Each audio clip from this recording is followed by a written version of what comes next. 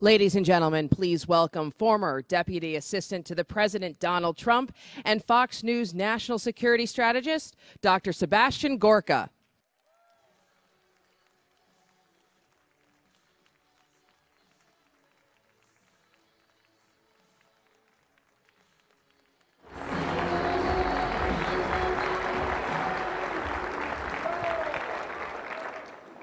Good morning, everybody. I am impressed that you are here this early on a Saturday morning. So, my name's Sebastian Gorka. I'm a legal immigrant to the United States. And I was strategist to the 45th President of the United States, Donald J. Trump. Now, when I meet a wonderful group of people like yourselves, the first thing they always say is, wow, you're taller than we thought. Second thing is, what's he really like? They always ask me, what's the president really like? Well, let me tell you. I first met Donald Trump when he was a candidate. In the summer of 2015, I get a phone call from a guy called Corey.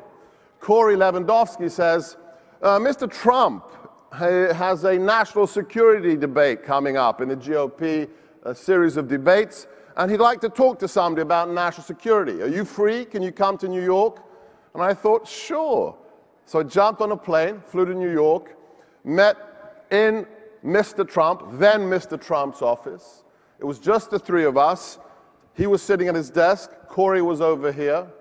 And if you want to know what this man is like in private, well, guess what? If you've been breathing and had a pulse for the last 40 years, you know who Donald Trump is. Why?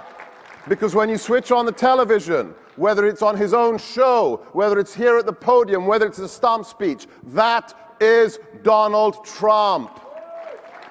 There's no private persona. There's no, oh, I'm really going to be like this behind closed doors and in public I'm going to be different.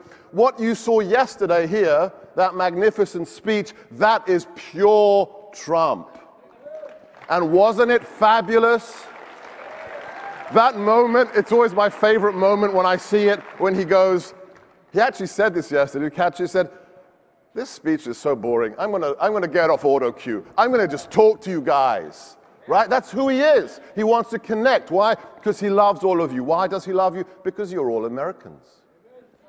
Irrespective of your skin color, irrespective of whether you're an immigrant, irrespective of whether you go to church or synagogue, he loves you and he is a patriot. That's who Donald Trump is. But to finish the story about my first meeting, so we're sitting there, and we are blue skying about national security. We're all over the place. We're talking about the Middle East, the Civil War, you name it. Halfway through the conversation, he just stops, looks at Corey, and says, I like this guy. Let's hire him. That's Donald Trump. Decisiveness. He knows what he wants, and he gets it, and he's a fighter. And that's why you need to know, and this is something my good friend Larry O'Connor said to me yesterday. Do you understand what happened yesterday here in this room? The 2018 campaign began, right? And you better listen to the president, because we are not going to allow the standard complacency to get the Democrats the House and the Senate. We're not going to let them do it. It's always the same. We won in November, okay, we've got the guy in, we like him, he's great, so we don't need to go and vote in the midterms. Wrong! You must vote and you must get your friends out there. Because remember, if you ever had a doubt that God exists, guess what? November the 8th is all the proof you need. Why? Why? Because she had it all. She had the media. She spent $1.4 billion on a seat, on a position she thought was owed to her because of her gender and her last name, right? But she lost. And as my good friend Chris Plant, best morning show, listen to Chris Plant on the radio. Every time, every morning, it's a dose of sanity. Chris reminds us on his show. And you know what? She's still not president. You need to understand that what General Mike Flynn, that great patriot, said about November the 8th is true. What happened in this great nation, the greatest nation on God's earth, is that we had a political revolution. A peaceful one, but a political revolution. This man brought us back from the brink. We didn't have 2 wheels over the edge of the cliff. We had 3 wheels over the edge of the cliff. If she had won, that was it. From Supreme Court on down, that was it. We would have lost our republic. But what else do you need to know about this man? I'll give you another story. We flew on Air Force One with the president to Youngstown, Ohio last summer. Now, Youngstown, Ohio is Steel Valley, okay? We land at the base, we get into the convoy with the beast, we've got a 20-minute drive to the stadium. For the whole 20 minutes, what do we see? On the one side, disused steel mill after disused steel mill, closed down factory after closed down factory. On the other side, Americans lining up with flags, okay? This is the heart of what? Democrat, working class, real America. We get to the stadium, and I'm there before the boss, because, you know, we have to get there before the boss, doing selfies with everybody. It's great fun. And I know 99% of the people in that stadium were registered Democrats. Their parents were registered Democrats. Their grandparents were registered Democrats. But when Melania came out onto the stage, when the president came out onto the stage, the stadium exploded. It erupted. USA, USA, drain the swamp. Think about that for a second. How is that possible? How is that possible in Steel Valley? Why? Because these salt of the earth Americans look at that man and they say, yeah, he's a billionaire. Yeah, he's the most famous man in the world. But you know what? If I had $1 billion, I'd be just like him. I'd be eating Big Macs on Air Force One like he does. Who doesn't love a Big Mac, right? This man is a patriot, and I'll give you an example of just how he thinks and operates. Did you hear him yesterday on the Second Amendment?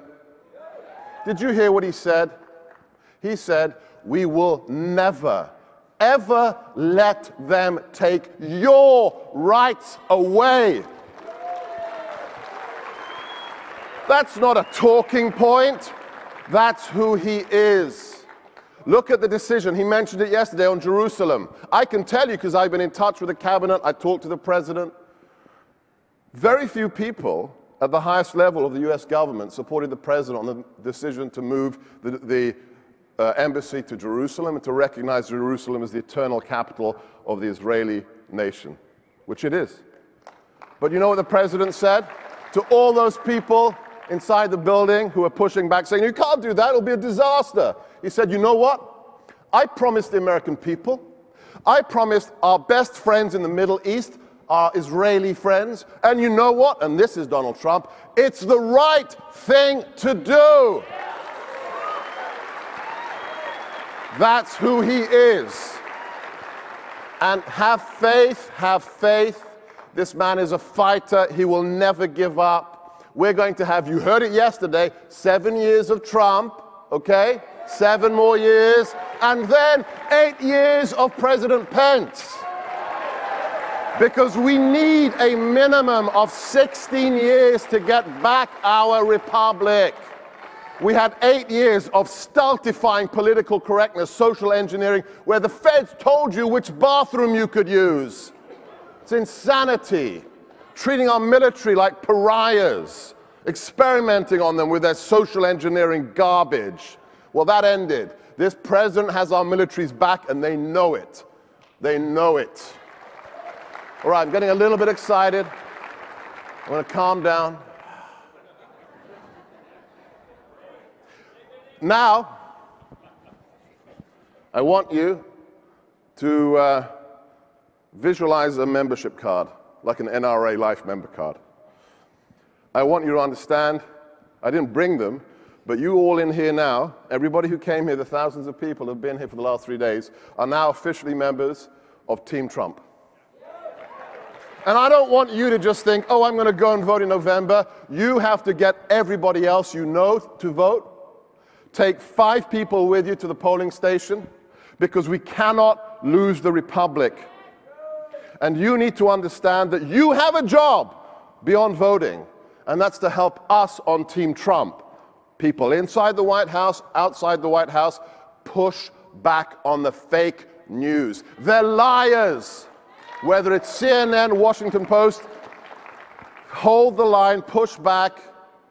Remember, we are only at the beginning of FISA-gate, which eventually will be Obama-gate. Okay?